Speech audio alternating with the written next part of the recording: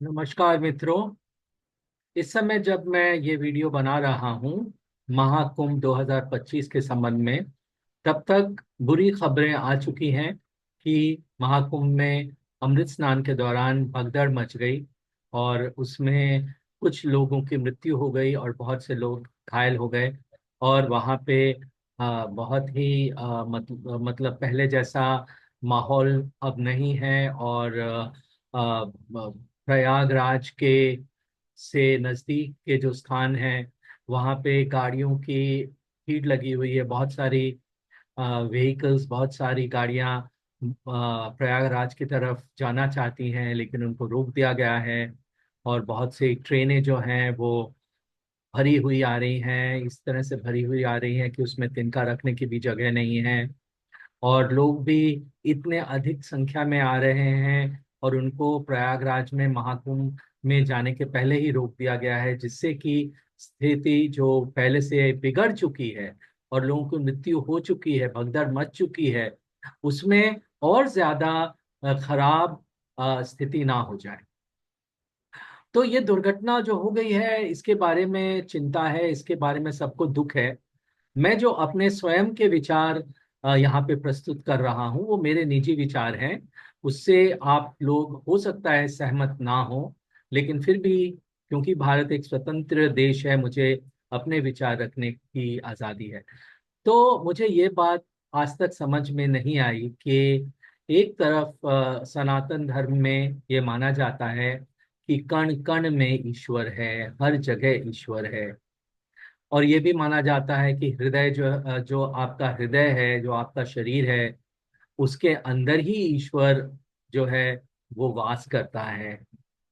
तो फिर हमें मंदिर जाने की आवश्यकता क्यों पड़ती है? मंदिर में जाकर के भजन कीर्तन करने की आवश्यकता क्यों पड़ती है, जबकि ईश्वर तो हमारे अंदर ही है और सब जगह मौजूद है। हम ईश्वर को कहीं भी याद कर सकते हैं। और ईश्वर तो परमेश्वर है और वो तो सर्वशक्तिमान है। अगर हम पूजा स्थल में नहीं जाएंगे तब भी ईश्वर तो ये समझ जाएगा कि हम उससे प्रार्थना कर रहे हैं। तो हम कैसे भी प्रार्थना करें, हम अगर हृदय से दिल से प्रार्थना करते हैं तो हमारी बात सुनेगा। तो इतना दूर जाने की आवश्यकता ही क्यों पड़ती है? ये सवाल मैंने जब कुछ लोगों से किया तो उन लोगों ने मुझे बताया कि ऐसा होता है कि जब हम मंदिर या ऐसी जगह जाते हैं तो वहाँ ऊर्जा जो होती है, वहाँ जो एनर्जी होती है वो अलग होती है और हमें पॉजिटिव एनर्जी मिलती है।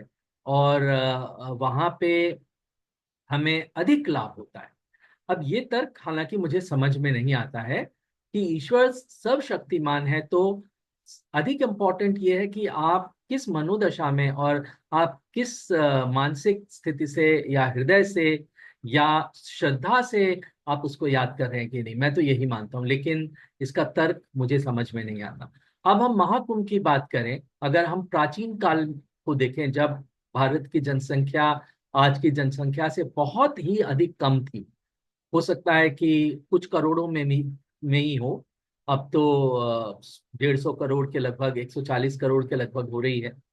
तो महाकुंभ में जब पूरे भारतवर्ष से या विदेशों से प्राचीन काल में लोग आते थे तो इसमें कोई दिक्कत वाली बात नहीं थी। और बहुत लोग आ भी जाए तब भी वहां पे भीड़ या अव्यवस्था होने की संभावना बहुत कम होती थी। अब जब भारत की आबादी इतनी ज्यादा बढ़ गई है और आजकल मीडिया और चैनल्स और दूसरे साधन, टीवी वगैरह के साधन है जहाँ पे कि हर चीज का बहुत अधिक प्रचार होता है और सभी लोग अब ऐसे स्थानों पे आना चाहते हैं।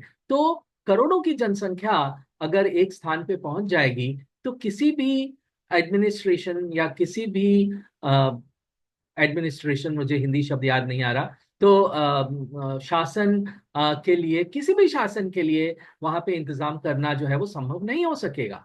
तो ये बात तो लोगों को पहले ही समझ जानी चाहिए। लेकिन फिर भी लोग ऐसा समझते हैं कि प्रयागराज जाने से, महाकुंभ में स्नान करने से ही उनकी मुक्ति होगी, वरना उनको मुक्ति नहीं मिलेगी। मैं इस विचार से सहमत नहीं हूं। और आप अपने स्वयं के विचार इसमें व्यक्त कीजिए। आप मैं सनातन धर्म के भी बिल्कुल भी विरुद्ध में नहीं हूं, लेकिन हमें प्रैक्टिकली सोचना चाहिए कि प्रैक्टिकल डिफिकल्टीज क्या होंगी, हमें क्या दिक्कतों को सामना करना पड़ेगा, और क्या ईश्वर को प्राप्त करने के लिए इतना दूर और एक पर्टिकुलर स्थान पे ही क्या जाना जरूरी है। यही मेरा आपसे सवाल है। धन्यवाद। Thank you very much for watching. Please give your comments in the comment section.